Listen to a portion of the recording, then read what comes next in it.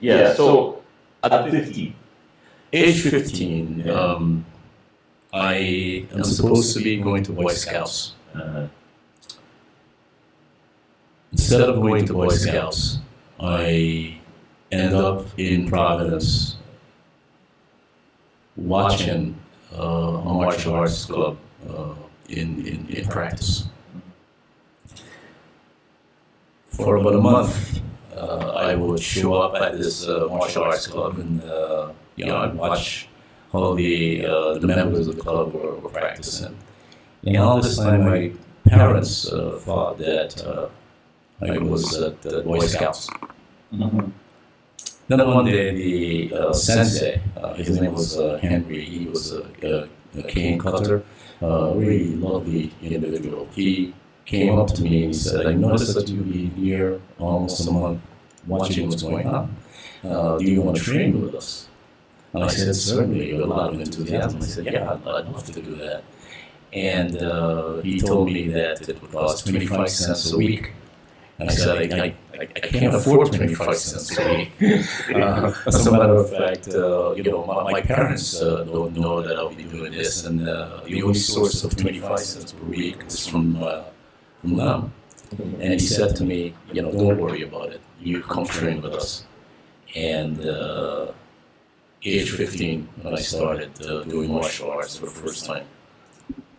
What kind of community was that? Pakistan was a multiracial community. There was a mixture of people of African descent. There were East Indians, and not only was the ethnicity, there was a diverse ethnicity, there was also a diverse religion. Mm-hmm. We had people, East Indians, who were Hindus, and we had East Indians who were Muslims, Mm-hmm. and most of the people of African descent, they were either Roman Catholic or Anglicans, or part of the evangelical group that was in Pakistan at the time. Mm-hmm. So it was a very mixed community, and pretty much integrated, as it were. So, when you think back on that community, and it's a long time ago, but when you think back on your community then, Guyana then, what are like 3 things that you wish still exist today?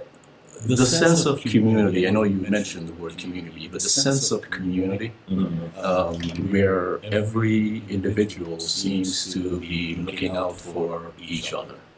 Now, my brothers and sisters and I, we were the children of our parents. Well, let me tell you this. We had more than 2 parents. Everybody in the village basically knew who we were, and were basically looking out for us. Who's the oldest? I am the youngest of 5. Though I have a sister who is older than I, different father, but she didn't live with us, as it were. But just to give you an example, one time I was coming from school. This was at lunch. Back in the day, at lunchtime you were allowed to go home for lunch, and then you return back to school. And so here I was, coming from school on my way home, and my friends and I don't know what happened, but we started to dare each other to lie in the middle of the public road. There was one main road that passed right through the middle of the village. Now, fortunately, it was in the middle of the height of the day, so it was noon. And as you know, back then in Guyana, at noontime, people are at home, eating and then taking a rest before they go back to work. Yeah. And so luckily there was no traffic at the time. But anyway, I sprawled in the middle of the road on my back, and after that I got home, and the news of what I had done preceded me, because my mom, told me about it, and of course I got a good licking. Yeah, and someone apparently had seen and reported to her what had happened. So there was a sense of community where everyone looked out for each other, and children were particularly looked after. The family was beyond the family as we knew it. The next door neighbor on our right, on our left, behind us, in front of us, were also part of the family structure, because when the parents weren't around and able to scrutinize us, they were there observing and looking out for us. So that's one aspect, that sense of community. When you are in the midst, in Pakistan, in the midst of all these various races, and everybody, regardless of ethnicity, took care of each other's children. Yeah, I remember that growing up. you know what I'm talking about. I know exactly what you're talking about. Yeah. And, that's why I mean, there's this racial disharmony and underlying dissonance among the two major races and so on. But yet, in spite of that, I am hopeful that we can, heal that in some way. Because we went to school with the mixed races. We went to school with, we all went to school together. And we sat next to each other and we shared, whatever we had with each other. And I don't want to go too much into that, but I just sitting here after listening to you, thinking, there is hope. Yeah. Especially among the younger generation. Oh, absolutely. Right. We have to always be hopeful. One of the things I remember growing up, you talked about race. Well, here I'm thinking, as I reflect back on that time, I had absolutely no idea what that was. Because the woman who would be selling, fish with a basket of shrimp and fish on her head, this old East Indian woman, would come by, and then my mom doesn't have the money to buy a 10 cents bundle of shrimp in some newspaper. He would just take that out and give it to my mom. My best friend was an Indian boy. Michael Sultan was his name. I had other best friends who were of the East Indian descent. So race was, at least from my point of view, from a child's point of view, was unheard of. Of course, you had the kind of sort of interaction.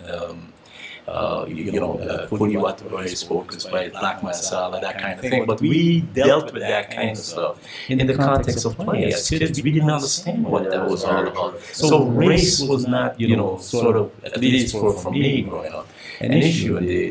And I'm sure there are other villages on the outskirts of the city that sort of experienced that same kind of thing, where people were integrated in the racial issues that when you think back on those times and you think about your parents, what particular memory about them sticks out? Well, unfortunately, my parents were good parents. They were hardworking, and they didn't have the sufficient economic means to do certain things. But you know what? We got by. They got by. Mm-hmm. But since you asked the question of what sticks out about my parents, unfortunately, the thing that came to the fore was sort of violence in the family. Especially between my mom and my dad. It was very intense. They had their issues and their struggle, and that was manifested in violence. My first memory as a child was a memory of violence. I think we talked about that yesterday, didn't we?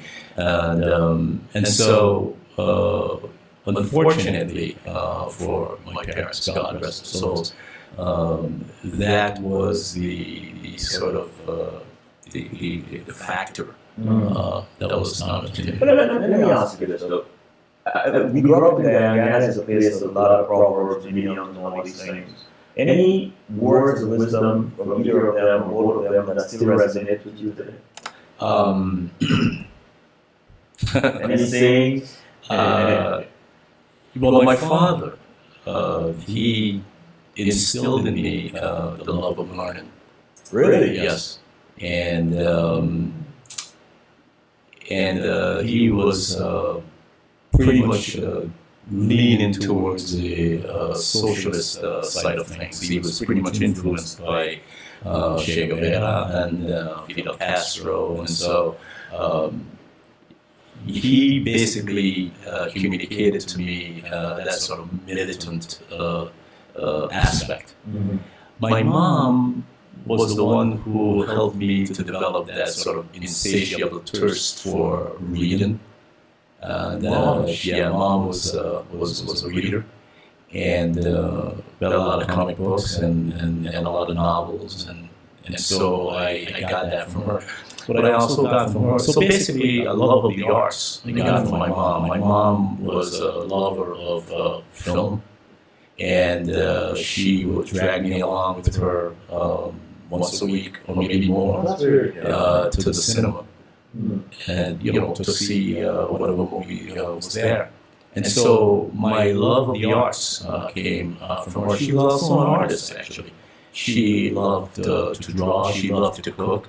I was very observant of her. She did that, and I think I picked up that artistic ability, the culinary artistic ability of my mom.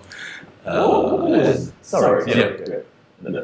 What was it like you being the oldest in those days? I hated being the oldest because, as you know, I don't know how things are now, but the oldest was the one required to bear the responsibility of things. Yes. I was the one who had to wash the dishes. I was the one who had to clean the house. I was the one who had to polish the furniture. And, I was the one who had to go out to the grocery store to buy stuff, and I was the one who got most of the licking, basically. But I did not particularly enjoy being the oldest at that time. My siblings, they got If you were to eavesdrop your parents telling a stranger about you, what do you think? How do you think either of them would describe you? Well, then they would probably talk about how mischievous I was. Yes. It's hard to tell. Yeah.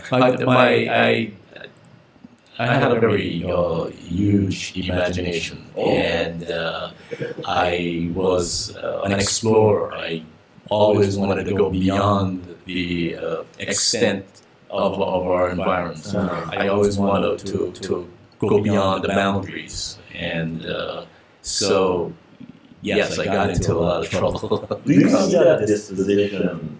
I'm going to get to your writings, but I want to follow the flow. Do you see that disposition manifesting in your writings?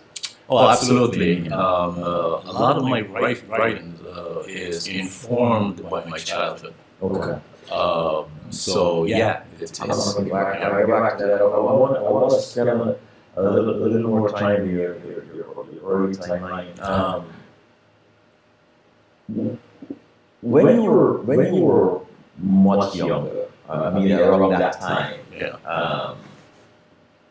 talking about the village, Pakistan, we talk about the community and so on and so forth.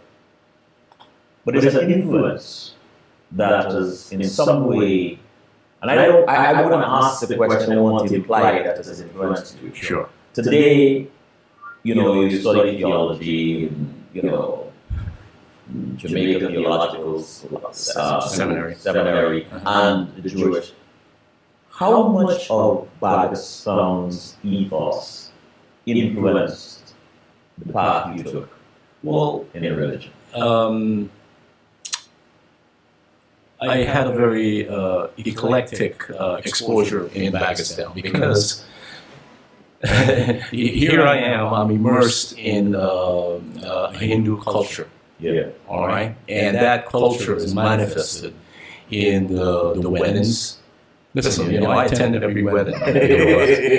You see the shirtless boy, and I'll be there sitting down, with my leaf, and having my curry, and that's kind of, those kinds of things placed there. So the funerals also, and you have to understand that in the Hindu system. Religion is the whole of life is religion itself. So it's not divorced from the people's way of living. So their ceremonies, their rites, these are all part of the religious system. So being immersed in the culture, the Hindu culture, was in itself particularly helpful for me. And as a matter of fact, so impactful has it been in my life that I say to people, if I were to be left on a desert island alone, I could have a choice of one book with me on that island. That book would be the Mahabharata, which is basically one of the sacred texts of Hinduism. Then there's Islam. Yes. Now, my father was Marxist-Leninist, and he clearly said, and I heard him over and over, there's no God, I am God, because by extension, he's the one providing in the home. So, okay. So I'm hearing that, but my young mind couldn't sort of wrestle with that as such.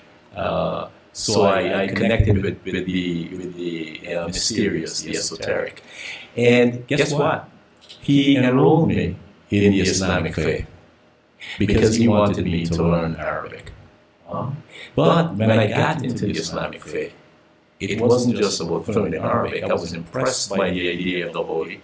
I was impressed by the idea of benevolence because I saw on the religious days when you had Ramadan and Eid and stuff like that, the display of benevolence, where the poor would be fed and really given. And so that resonated with me. So you imagine this young boy sort of sitting there and fascinated by this. What's interesting is that seeing them handing out these, money and beef and stuff like that, I decided, wait a second, I want to be a recipient of that too. So I took on the part of one of the poor in order to receive.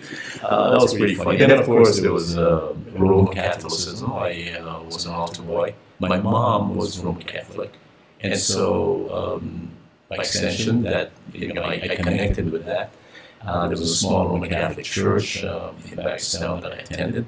And then I attended Sunday school. There was an Assemblies of God church just on the border of Eccles, which adjoins Pakistan. And I loved going to Sunday school to receive those little tracts. You remember those little tracts from Sunday school? And the colorful pictures of Jesus, feeding the multitude and stuff like that. Yeah, so...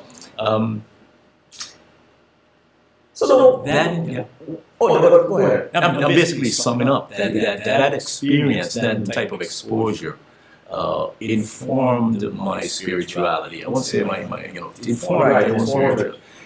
I have a question to ask. It's obvious I have a question to ask you. But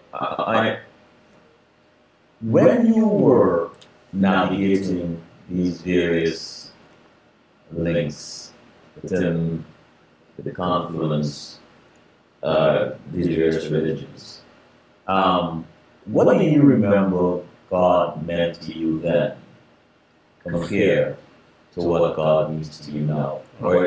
Or did it remain consistent? No. Well, what is interesting is that for me as a child, God remained amorphous, transcendent, and intensely oppressive. Now, so that was my view of God. But my involvement with the religious influences to which I was exposed was more about the idea of the holy, the idea of spirituality. I was, for example, in the Roman Catholic Church. I would be, enamored by the stained glass windows. the smell of the incense. Yes. Okay? The icons are there. In the Islamic faith, I would be enthralled by the community worship that I saw taking place. In evangelicalism, as expressed and manifested through the Assemblies of God Church that I attended, it was the vivacity and the liveliness of the members. So the idea of God was more or less, you push that aside. Yes. I want no part of Yes. it, Yes. But the experience of the community of faith, that was the thing that mattered for me more than the idea of God, as it were. So it's like being on an assembly line with these various faiths molding and shaping you. Well, I like the metaphor. That's an Yeah. excellent way of putting it. Wow, this is awesome. Yeah. Really. Your father died when you were young. Can we talk about him? Sure, absolutely. Okay. How did that impact you as a young man?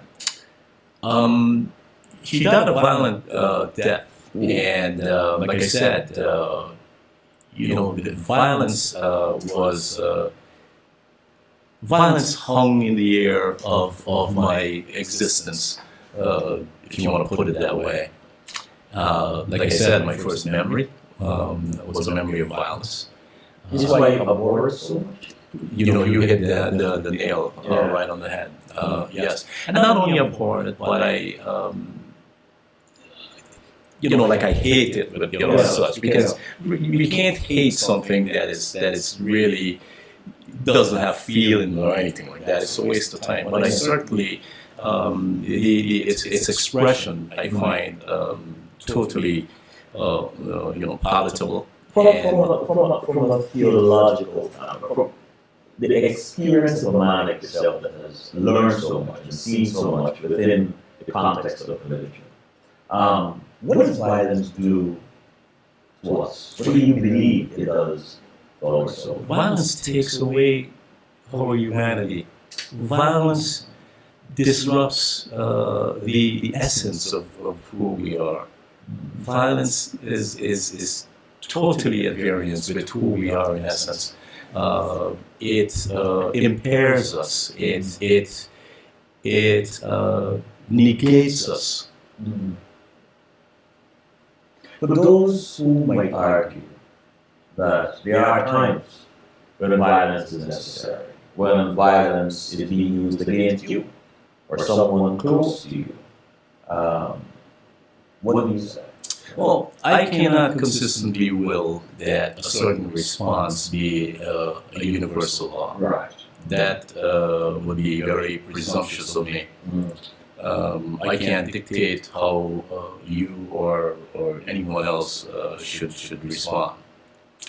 But I'm going to respond based on my conviction. Mm-hmm.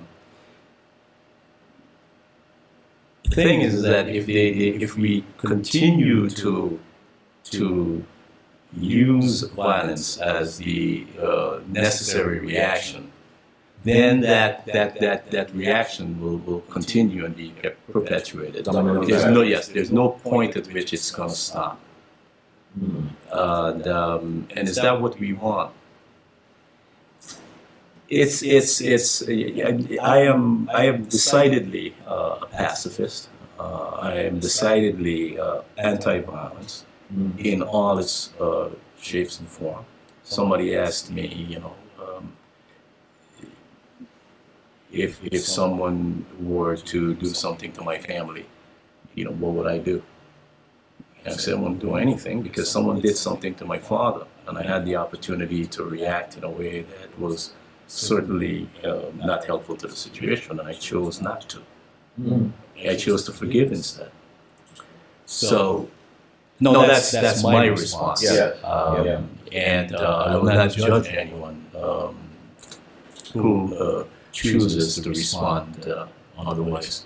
If your father was still alive, what's the one question you would like to ask him? That's an interesting question. I would ask him why he was so much, why he gave himself to his political party. Mm. Mm. Mm. And I'm not even going to go into what that was, but he shed his, his blood was shed for that party. I see my father coming home when I was a kid, bloodied, several occasions, beaten because of his political aspirations and political leanings. And now I hold no ill will against anyone or any group who might have been responsible for that. Well, seeing that kind of dedication and commitment to one's belief, how much of that you find coursing through you? Well, I guess I got from my dad the idea of holding fast to your principles. But here's the thing, Solomon, that I learned recently. There has to come a time when you have to make a decision and put persons or people before principles. Yes. Because, principles are, by definition, those things that we create. They're not universals, they're not absolutes. We create them and then we organize them, organize our lives around them because they give some sort of inherent meaning to our existence.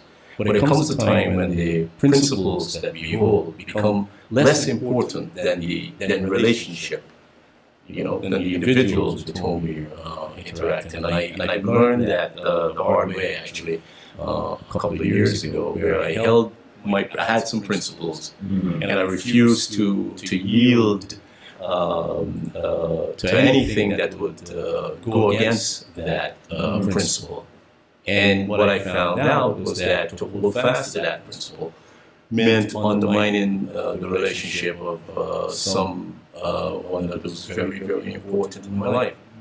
And then I realized, wait a second, screw the principle. Yeah. The relationship with this individual is far more important.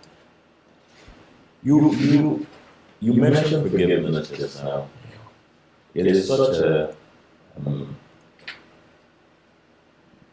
often spoken about concept and I want to say idea, thing. When you hear forgiveness, what does forgiveness mean to you? Oh, let me tweak that question a little bit. I'm so glad you paused. I want to tweak it a little bit. Tweak it, my man. When this violence happened against your father, so you had an opportunity to react in a certain way, perhaps equally violent. Yeah. But you didn't forgive, you chose forgiveness instead. And that was way before the whole theological experience, I presume. Yeah, I was about, I was in national service at the time. National service. That would be about, I'd say I was about maybe 17 or 18.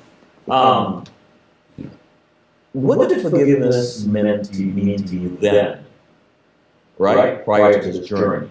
And after the journey, after all the knowledge and experience and so on, what does forgiveness mean to you today? If I am presuming, and I'm being presumptuous here, that there is a difference. Right. I can't recall having any palpable notion of forgiving the man who, violently took my father's life. Mm-hmm. It was less conscious. Okay. And more sort of, I'd say, sort of gestalt. It was just there. So it wasn't something that was conscious. Now, where I'm at is a lot more palpable, a lot more conscious. It informs my very existence. It informs basically who I am. And the understanding is that, and I think you and I talked about this the other day, we are capable of the best and we are capable of the worst. Yes. And when the human individual is at his or her worst, what are we going to do? Are we going to abandon them? And I'd like to think, no, we shouldn't. Because the idea is what the human individual can do, the human individual can do. Because we all share that same essence. And so I am capable of that sort of worst thing. But you know, for the grace of God, but I am capable of that. I'm capable of being in the situation where that person is, you know, down in the gutters, out on the street. I am capable. That's me, but for the grace of God. And so, yeah, and so, you know what? All right, I can lift someone up in forgiveness and say, you know what? No problem. It's all right. But then it's not forgiveness in the sense of, you know, I forgive you. And as if you have some sort of upper hand over the individual where, oh, I am forgiving you, you know, man, you know, you see, I'm forgiving you. But then that's not forgiveness, basically, because what we're essentially doing is sort of, yes, it's basically sort of raising ourselves, you know, above that individual. Forgiveness is a, you know, balance. Balance transaction. Yeah. And saying, listen, things are as they were before. You know, it's not taking the higher road doesn't mean you're taking a higher view or a higher position than the person. Right. It's that you're on equal footing. And I am saying, okay, things are as they were before. Yeah, we're starting over. Yes. Yeah. Here you are, Rick. Dean of Faculty, students of the Robert Louis Stevenson School. Yeah. Tell us about your decision to enter education. Well, thanks for asking that. As you know, my background is in theology and philosophy and literature. And my plan was to teach at a higher level, sort of teach in a tertiary institution of higher learning in college, some kind of college or something like that. And then I said to myself, wait a second, Rick, if you were to go teach in a college situation, your objective would be to sort of to impress those adults that are there, you know, lots of, beautiful women sitting in the classroom, and, guys, you want to impress them with your knowledge. Because I was very sharp, very, very, very, very smart individual in my field, and and I realized, no, I don't want to do that. I decided I was going to go work with high school students who could care less about my intellect, because in the first place, they really don't want to be there. They'd rather be someplace else playing video games. And even if I were to put on airs and to try to impress them, children by their very nature will see right through you. So I can be myself, working with youngsters, and I don't have to put on airs. I don't have to try to impress them, and I can allow my passion to sort of be unleashed, so that I can influence them and motivate them towards being interested in inquiry, basically.